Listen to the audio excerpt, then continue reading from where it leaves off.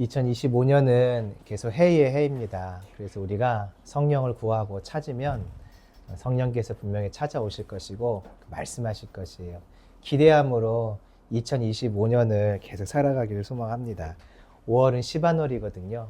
단순한 순종이 반복되면 주의 임재가 있고 그 임재 속에서 우리가 이전에 경험해 보지 못한 지금까지 상황과 전혀 다른 하나님의 새로운 말씀과 새로운 일들이 특별히 지도자들을 통해 선포되는 시간입니다. 우리가 5월 이 말씀을 기억하면서 기대할 때 하나님이 대한민국 가운데도 새로운 일들을 행하실 줄 믿습니다. 자, 오늘은 복 있는 사람이라는 제목으로 말씀을 나누겠습니다. 복 있는 사람은 하나님을 경외하는 자리에 선 사람입니다. 우리의 본성은 원래 악하죠. 그래서 하나님을 경외하지 않아요. 그런데 경외하지 않던 자가 경외하는 자리에 서면 그것이 복이고, 또 경외한 자리에 섰다 하더라도 여전히 옛 습관을 따라서 죄를 짓고 죄를 사랑하는데 그러한 죄를 쫓아가는 일들을 멈추고 그런 일들과 멀어지는 것, 그것이 복이다, 이렇게 말씀하십니다. 어떻게 우리가 그럼 그 복에 들어갈 수 있느냐? 간단합니다. 말씀의 인도를 받으면 돼요. 말씀의 인도를 받으면 계속해서 말씀으로 인해서 깨지는 일이 생기고 회개하는 일들이 생기고 또 하나님께 징계도 받고 혼나는 과정들이 있습니다. 그러나 결과적으로 그 과정을 겪고 나면 죄와 멀어지는 하나님 보시기에 복된 자리에 서게 됩니다. 우리가 구원은 은혜로만 얻지만 이 구원 이후에 복된 자의 삶은 연단을 통해서 얻거든요. 잘 연단받고 하나님 보시기에 참 복되다, 이런 칭찬받는 인생이 되었으면 좋겠습니다. 그런 마지막으로 그런 사람들은 어떻게 인생을 살아가는가 했을 때 이 복된 자는 끝을 바라보고 산다. 이 내용을 시편을 통해 한번 살펴보시죠. 자, 1절 말씀입니다. 같이 읽어보시겠습니다. 시작. 복 있는 사람은 악인들의 꾀를 따르지 아니하며 죄인들의 길에 서지 아니하며 오만한 자들의 자리에 앉지 아니하고. 시인이 1절에 보니까 복 있는 사람에 대한 이야기를 하고 있어요. 원문은 복되다, 복되다 이런 사람은 하고 이제 뒤에 설명을 하는 겁니다. 복 있는 사람은요, 복된 사람은 어떤 사람인가 봤더니 악인들의 꾀, 죄인들의 길, 오만한 자들의 자리에 함께하지 않는 사람이에요. 여기서 따른다, 길에 선다, 그리고 함께하지 않는다라는 것은 어떤 의미로 보통 성경에서 사용되냐면 하나님을 향한 나의 신앙을 나타낼 때 사용이 됩니다. 그분과 함께하고 그분이 말씀하신 길을 따라가고 또 그분이 머물라고 하시는 곳에 우리가 거주하잖아요. 다 이게 믿음의 신앙의 언어들인데 1절에 보니까 하나님을 예배하고 또 믿음으로 살아가는 것처럼 어떤 자들이 있냐면 악인, 죄인, 오만한 자들을 마치 신앙을 갖듯이 이들을 따라가는 자들이 있다, 이런 의미를 우리에게 알려주고 있죠.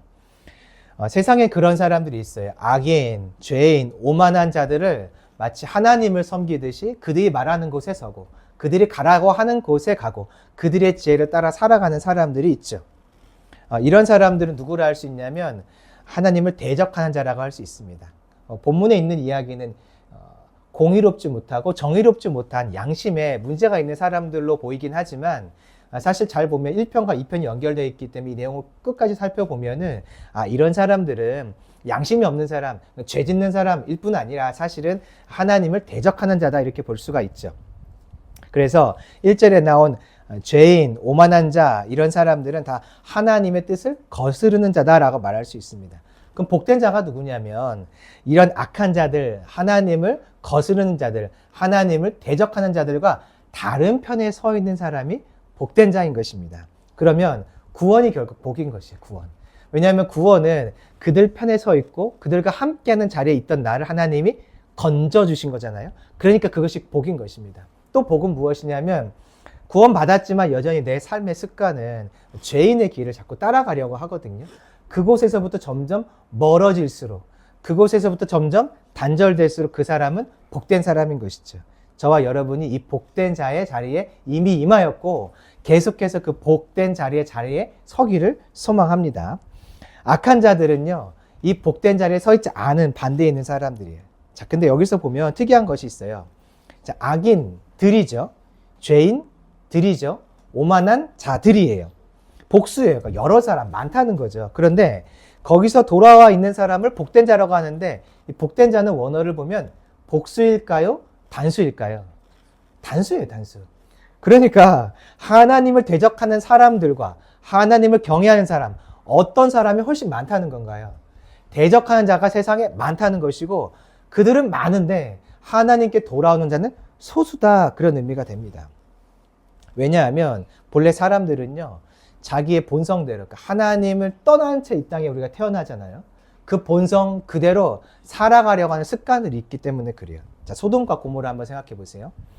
소돔과 고모라 이제 곧 심판이 임할 건데 사람들은 그 땅에서 향락을 여전히 누리면서 살아요. 왜냐하면 그게 하나님 앞에서 그게 하나님을 떠나 사는 사람들의 본성이고 그게 익숙한 습관이기 때문에 그래요. 하나님을 심판하려고 하는데 사람들은 계속 그 길을 걸어가요. 니느웨도 보세요. 요나가 말하기 전까지는, 경고하기 전까지는 사람들이 계속해서 하나님께 심판받는 행동, 판단, 말, 생각들을 하면서 그런 문화 속에 다 같이 살아가는 거죠. 하나님의 메시지가 없었다면 니느웨는 결국 심판했겠죠. 왜냐하면 사람의 본성은 원래 악한 본성 그대로 하나님께 심판받는 길을 좋아하고 그 심판받는 건지도 모르면서 좋아하고 즐거워하며 계속 익숙하게 살아가기 때문에 그렇습니다. 그래서 하나님을 경외하는 자리에 들어오는 복된 자는 소수예요. 단수. 그런데 하나님을 떠나 사는 사람들은 복수, 많은 거죠. 어제 가족들과 함께 서울에 다녀왔어요. 동성애를 반대하는 집회가 있었기 때문이죠. 그 서울 시청 앞에서 10년 넘게 그 일을 하고 있습니다. 동성애는 성적인 지향성이 아닙니다. 그건 죄예요. 이걸 10년째 말하고 있어요. 사람들은 돌아오지 않아요. 동성애를 하면 육신의 건강에도 문제가 생기고 정신적 건강에도 문제가 올 수 있습니다라고 10년 동안 외치지만 사람들은 그런 말 하지 마라, 우리는 건강하다 하면서 자신들의 아픔들을 숨기며 계속 그 길을 걸어가요. 많은 사람들이 하던 대로 하나님의 뜻을 떠나서 자기 뜻대로 육신의 정욕대로 살기를 좋아합니다. 그 죽음의 자리에서 떠나서 돌아오는 사람은 소수예요.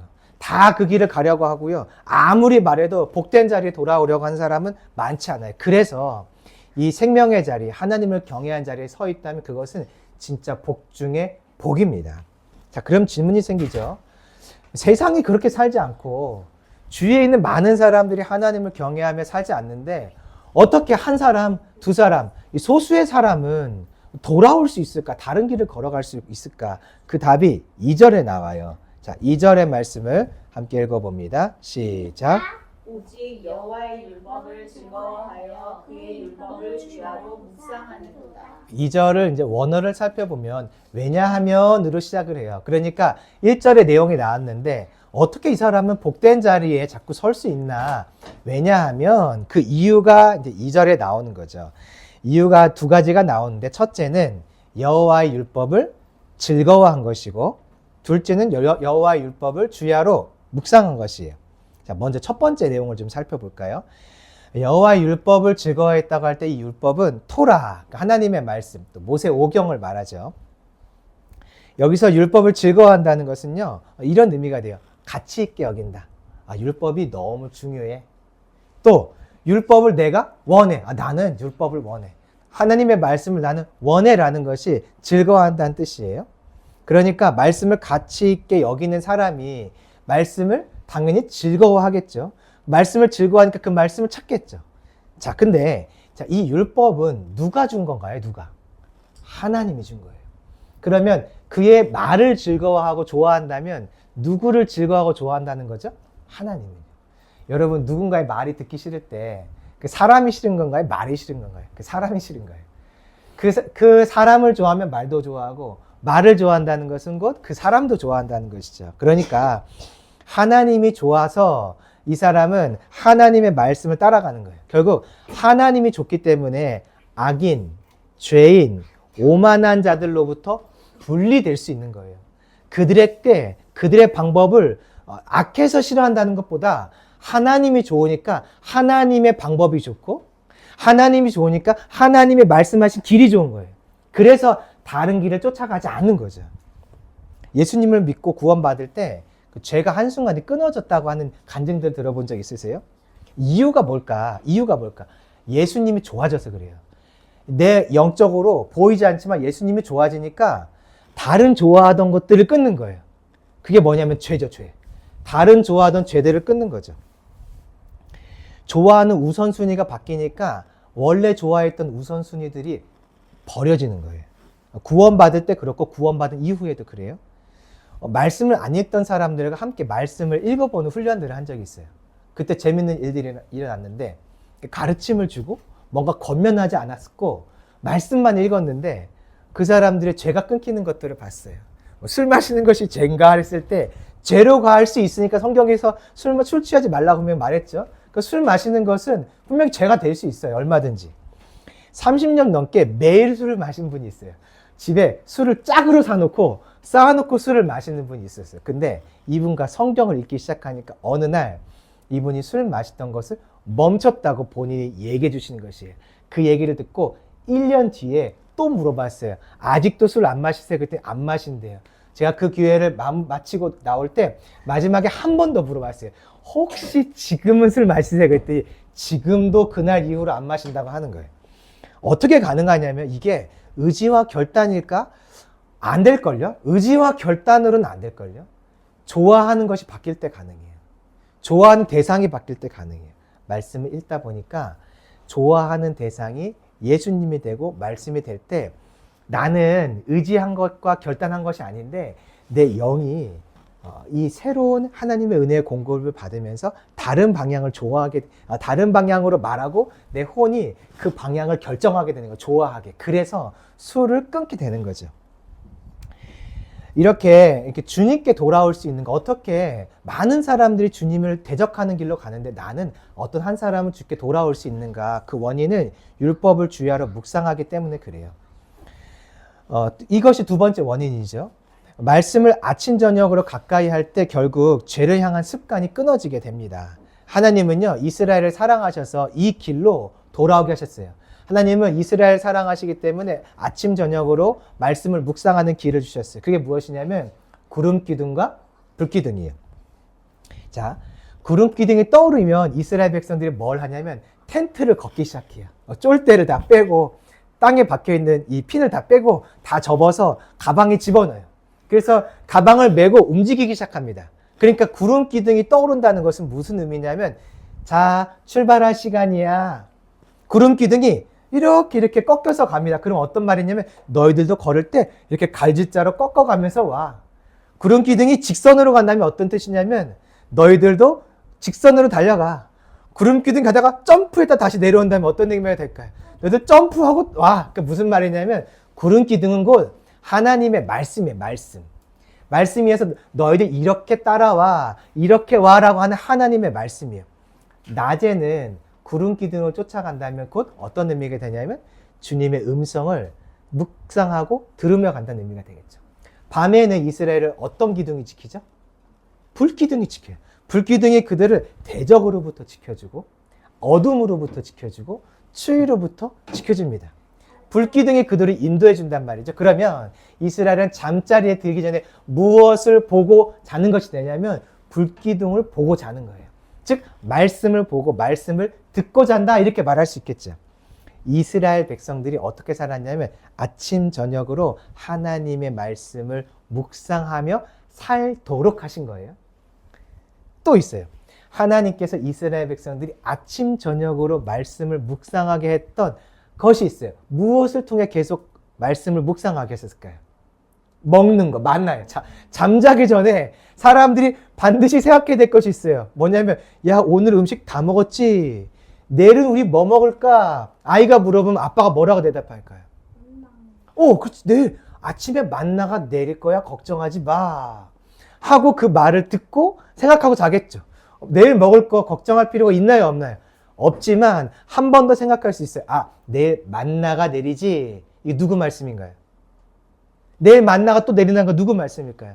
하나님 말씀. 그러니까 잠자기 전에 밤에 말씀을 묵상하겠죠. 아침에 눈 뜨면 가장 먼저 뭐 해야 돼요?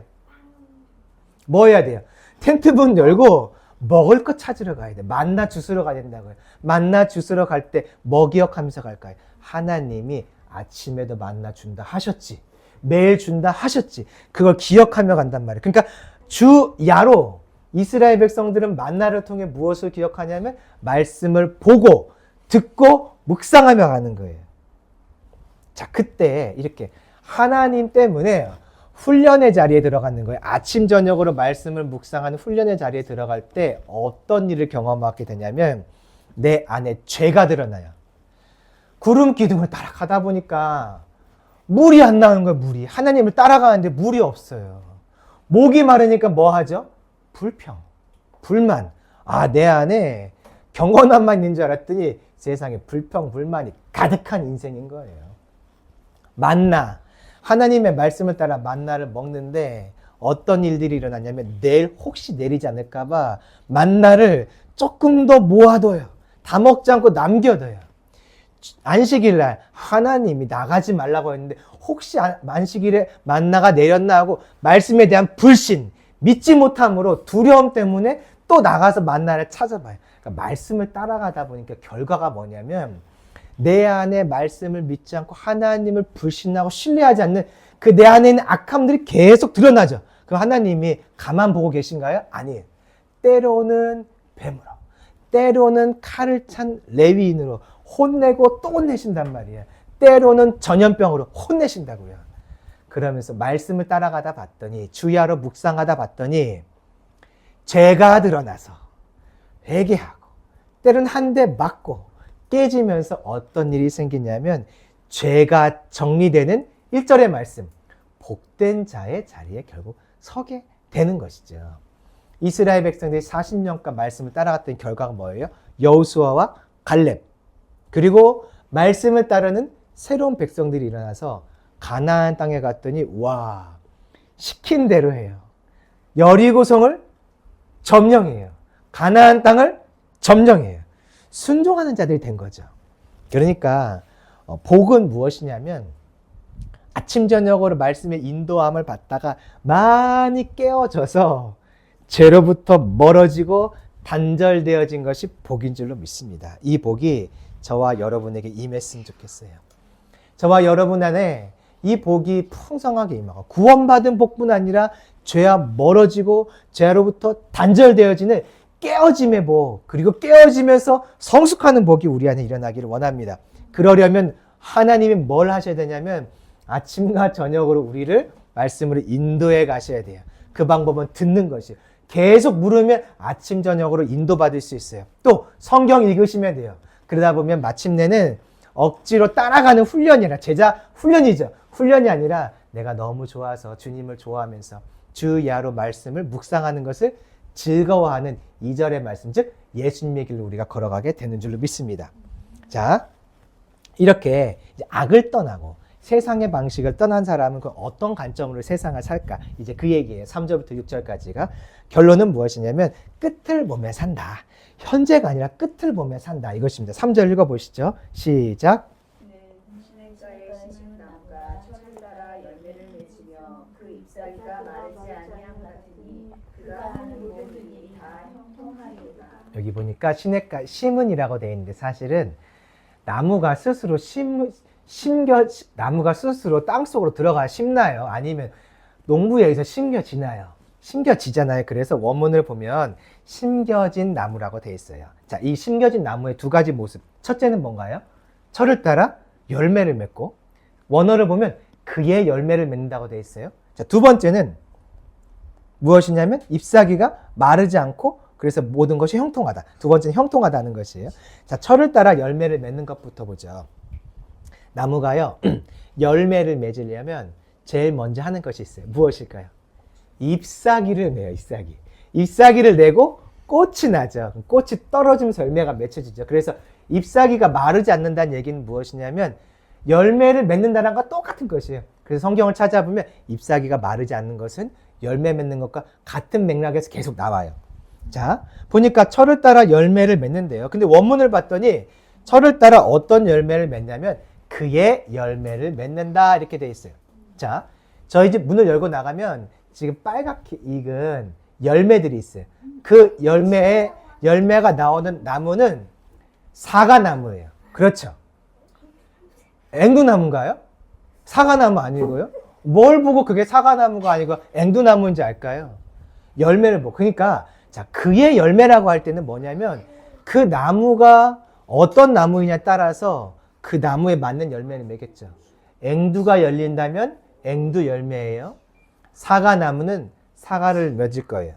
자, 내가 사람인데 내가 나무라면 나는 어떤 열매를 맺을 거예요, 여러분? 사과나무는 사과를 맺도록 부름받은 나무죠. 나는 어떤 열매를 맺도록 부름받은 나무인가요? 사명. 우리 각 사람에게 주신 사명이 있고요. 우리는 그 사명을 이 땅에서 이루도록 부름받은 나무예요.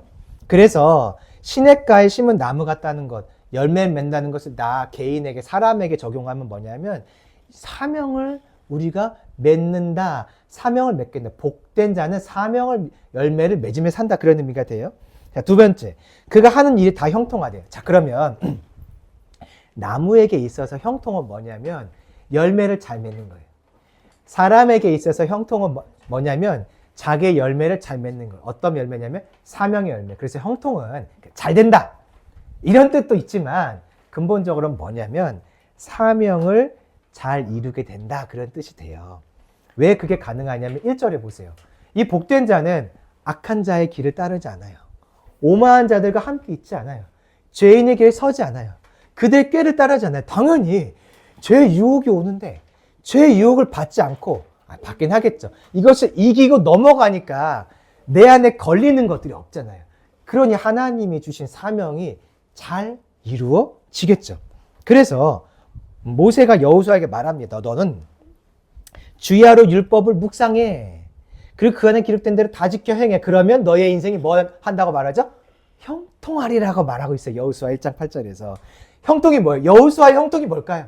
뭐 잘 되는 거? 이스라엘의 지도자라서 강건하게 서는 거?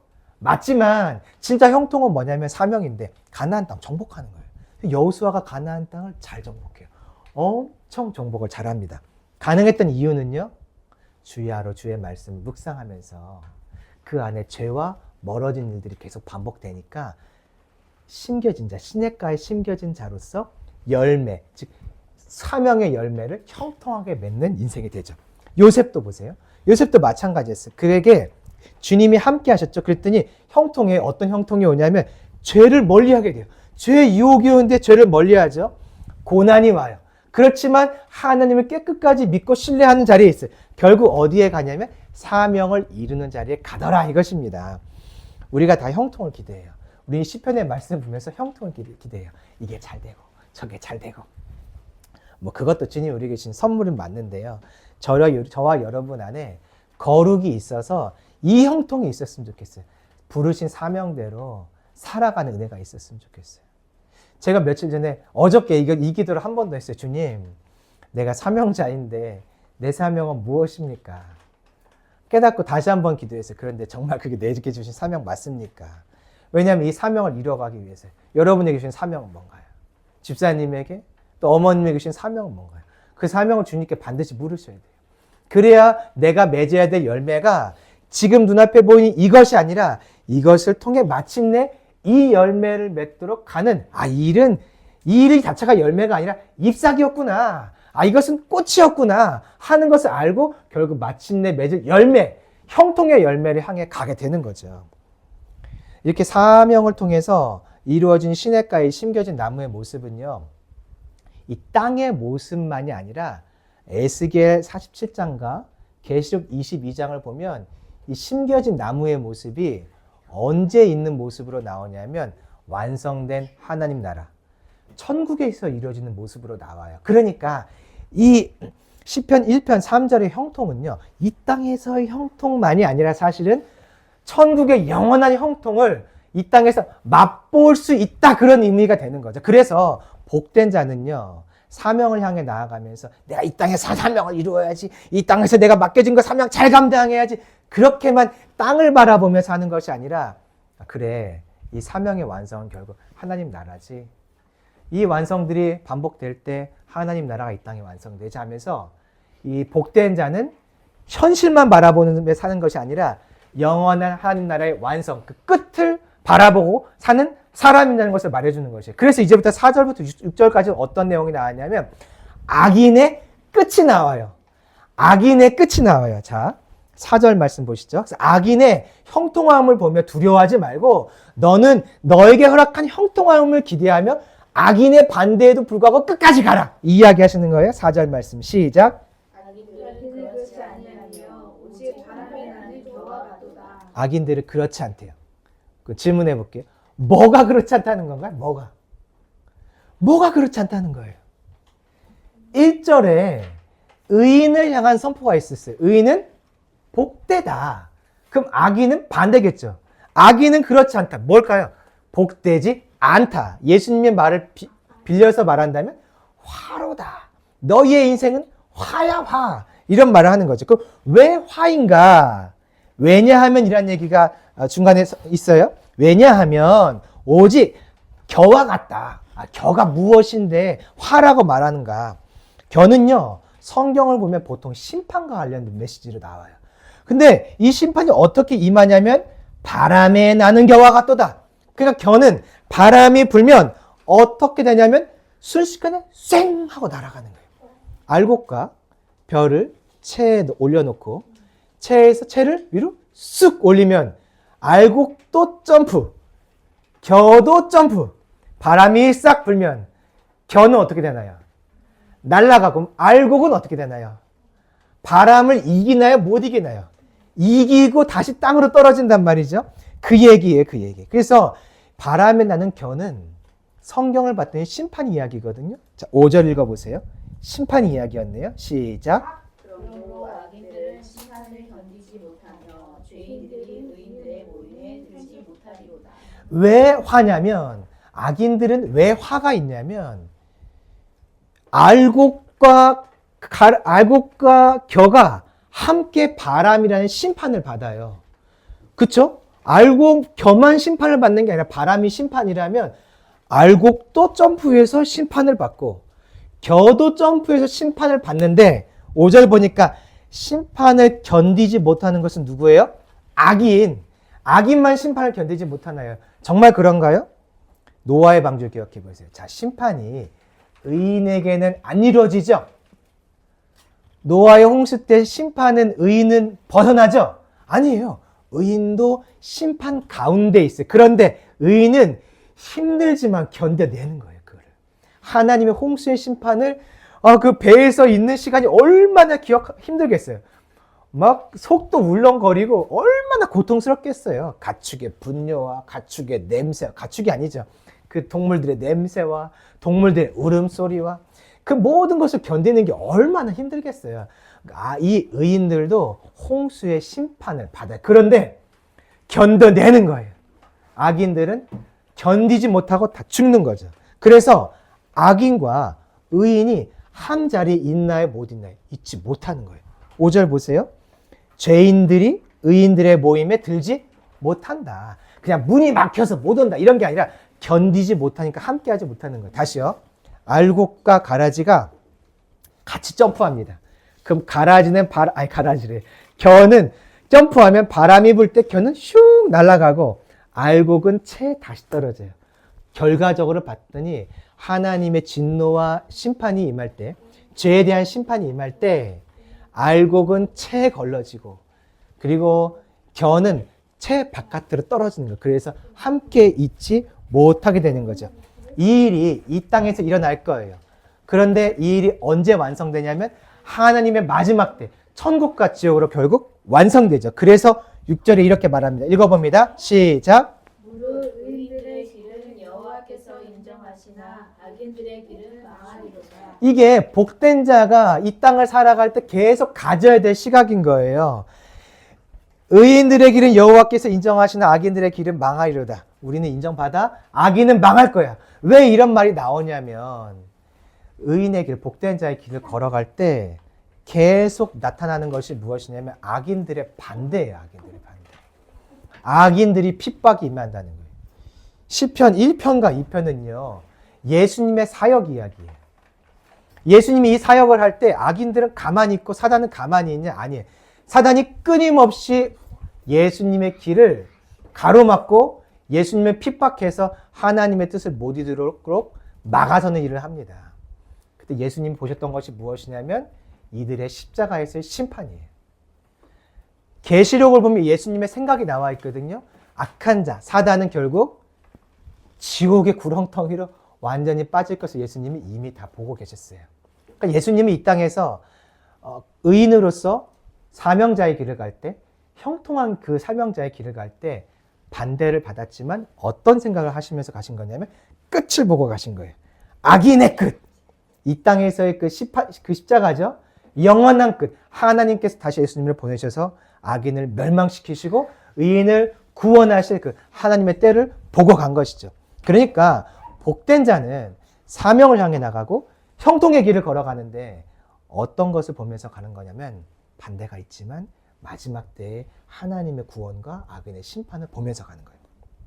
어제 그 거룩한 방파제 모임이 서울에 있었잖아요. 10년 넘게 그걸 하고 있더라고요. 10년 넘게. 매년 이제 큐어 축제가 있으면 그 근처에서 이걸 하는 거예요. 그런 10년 넘었는데 큐어 축제가 점점 쫄아들고 줄어들고 없어지느냐? 아니에요. 더 사람들이 악해져서 더 많은 사람들이 모이고 더 많이 모이고 더 길게 모이더라고요. 더 길게. 시간도 늘려가면서 모이더라고요. 세상에 변화가 있는가? 변화가 없어요. 악한 자들은 계속 악해지네요.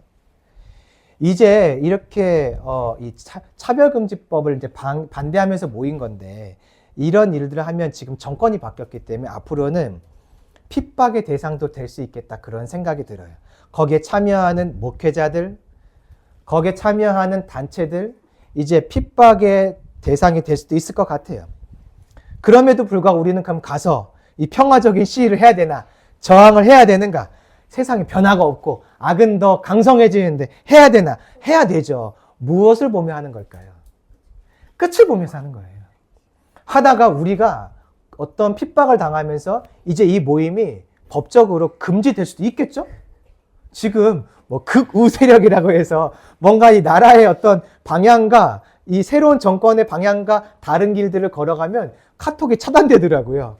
유튜브가 차단되더라고요. 지금 이제 그런 시대에 들어왔거든요. 그럼 이런 모임도 어떤 여러 가지 이유를 들어서 멈추게 하는 일들도 생기겠죠. 그래도 우리가 계속 해야 되는가? 계속 해야 되죠. 무엇을 보고 계속 하는 거냐면 지금 현상이 아니라 끝을 보고 계속 하는 거예요. 그러면 결국 끝에 이루실 하나님의 그 일들을 이루실 거기 때문에 그래요. 자, 요셉을 생각해 보세요. 요셉이요, 선을 행했어요. 보디발의 아내의 유혹을 이겼죠. 선을 행했어요. 그랬더니 찾아온 게 뭐예요? 감옥에 가는 것이죠. 그의 인생은 어려움이 왔어요. 요셉이 꿈을 풀어줍니다. 다른 사람의 꿈을 풀어줬더니 결과적으로 총리가 되는 어떤 길이 열렸어요. 요셉에게 이 두 사건은요, 보디발의 아내의 유혹을 이기는 선을 행하다가 감옥에 간 사건, 이것은 뭔가 안 좋은 사건이에요. 그렇죠?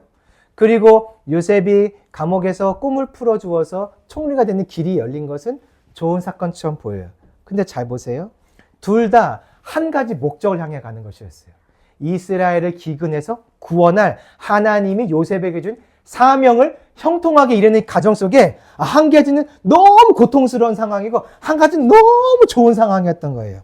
사명자는요, 근시안으로 세상을 살아가지 않습니다. 근시안은 복과 화만 보는 거예요. 요셉이 감옥에 간 건 화예요. 근시안으로 보면 화죠. 순종하다 화가 왔네. 거룩한 방파제 화가 올 수 있겠죠. 근시안은 또 뭐예요? 복. 그 길 계속 걸어갔더니 정말 이들이 뭔가 이 차별금지법이 점점 막아지고 뭔가 진행이 되지 않아요. 그럼 또 복이 되겠죠. 우리가 복이 오면 야 좋다. 화가 오면 힘들다. 그건 근시안이고 원시안이 있어요. 원시안. 무엇이냐면 하나님이 결국 악을 무너뜨린다. 이거 하나만 보고 순종하는 길을 걸어가는 거죠. 복이 있을 땐 교만으로 흔들려요. 화가 있을 때는 상심해서 흔들려요. 그것은 예수님의 길이 아니에요. 예수님은 자신에게 화도 왔고 복도 왔어요. 그러나 끝까지 하나님의 일을 하실 것을 바라보면서 끝까지 사명자의 길을 걸어갔을 때 사명의 길을 형통하게 이루게 된 것입니다. 말씀을 정리합니다. 한 주간 기도할 게 있어요. 첫 번째, 사명을 깨닫게 달라고 기도하는 거예요. 두 번째, 사명을 깨달으면 근시안은 제거해 주시고 원시안을 회복시켜 달라고 기도하는 거예요. 근시안은 앞에 찾아오는 화, 복. 순종하다 보면 복도 있고 화도 있어요. 근시안을 통해 흔들리면 안 되고 원시안을 통해서 하나님께서 결국 이르실 하나님의 때를 바라보면서 내가 이 길을 끝까지 형통함을 믿고 가도록 도와달라고 기도하는 거예요. 그러면 저와 여러분 안에 그 형통의 은혜로 사명이 이번 주간도 작든지 크든지 이루어질 거예요. 내 안에 이루어지고 가정 안에 이루어질 것이에요. 그리고 시바놀이기 때문에 나라의 지도자에게 그 우리에게 주신 사명의 형통함이 흘러가서 그 지도자들 세운 목적이 있거든요. 그 목적에 맞게 변화되는 어떤 법안, 변화되는 결정, 변화되는 기도들이 이 땅에 일어날 줄로 믿습니다. 우리 원샷을 가지고 하나님의 때, 하나님이 이루실 뜻을 기대하면서 한 주간 순종함으로 살아갈 수 있기를 소망합니다.